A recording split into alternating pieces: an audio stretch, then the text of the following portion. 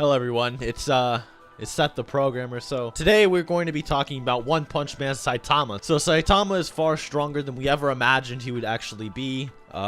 There's some new information I learned recently from a new guide that came back that I'll be discussing today. So before we start, I just wanted to say YouTube has changed its algorithm a little bit.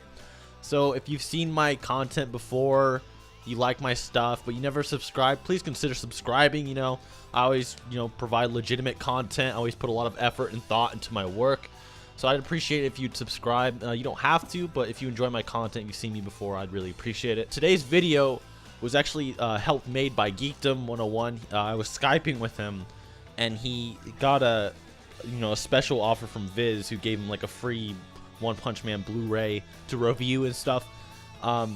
And inside this Blu-ray package was actually a new guide called The Secret One Punch Man Notes Compus, which is actually helped made by One and Yusuke Murata, and it has interviews from them and a lot of interesting quotes and dissection of the series that we never seen before. So I actually thought I'd get into that. So the first thing you need to know about this guide is that this guide is absolutely official. Interviews from One himself that goes over what the story is really about, hidden concept art never seen before, and things that he states about the series like battle powers and all of that. Now the most interesting things are of course that the guide, when it doesn't have any author approval, will usually lowball a character. So for example, if a character doesn't really have any stated things from the author, they'll usually try to lowball him to be safe and not step out of their boundaries.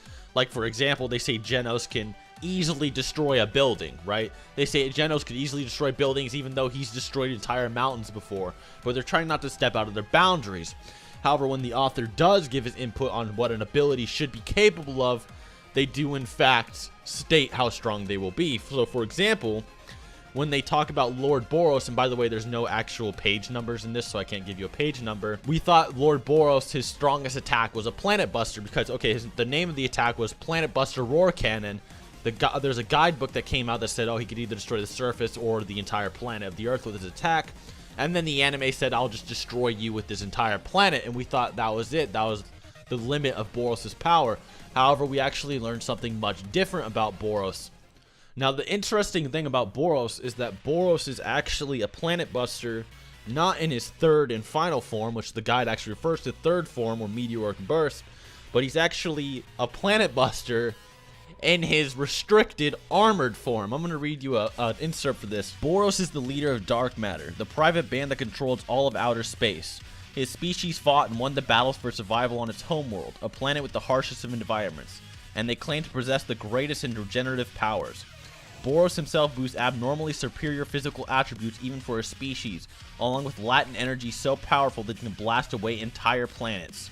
He comes to Earth searching for an opponent just as strong as he is.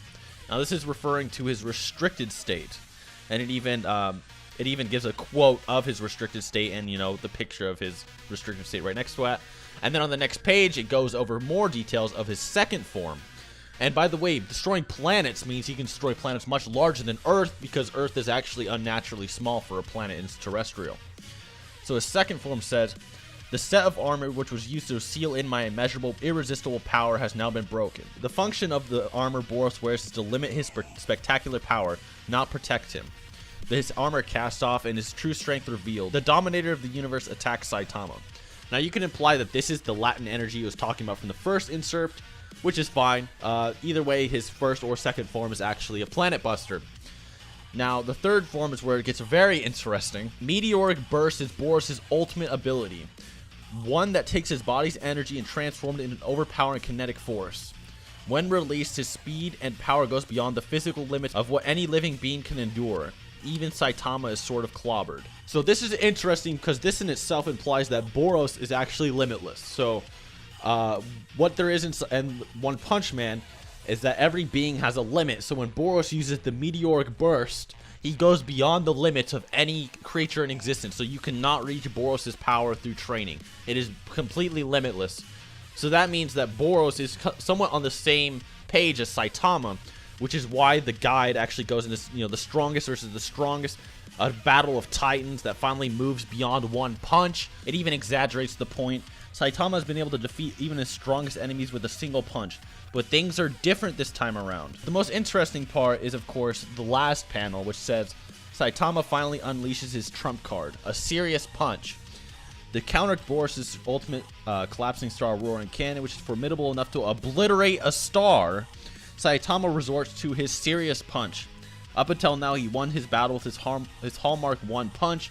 Now he brings out one of his own killer moves to settle the heroic battle.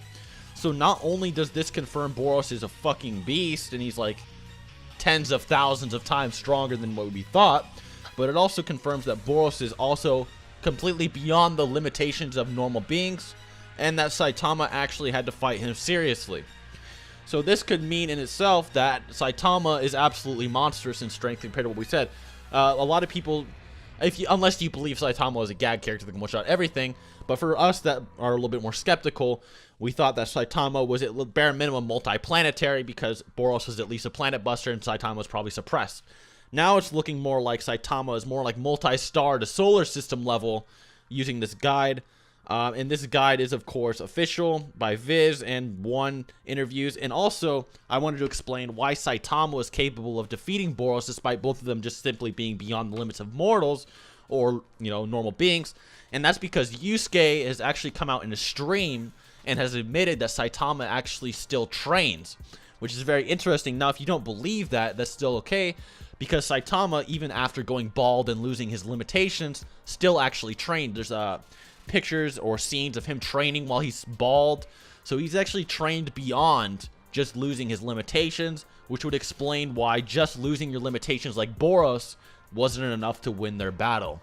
Anyways, guys, I hope you enjoyed. Hope you learned something. Special shout out to Geekdom for bringing this to my attention and showing me this guide. And of course, Saitama's just way stronger than we believed, and we've learned a lot recently. And other than that, hope you enjoyed. Till next time.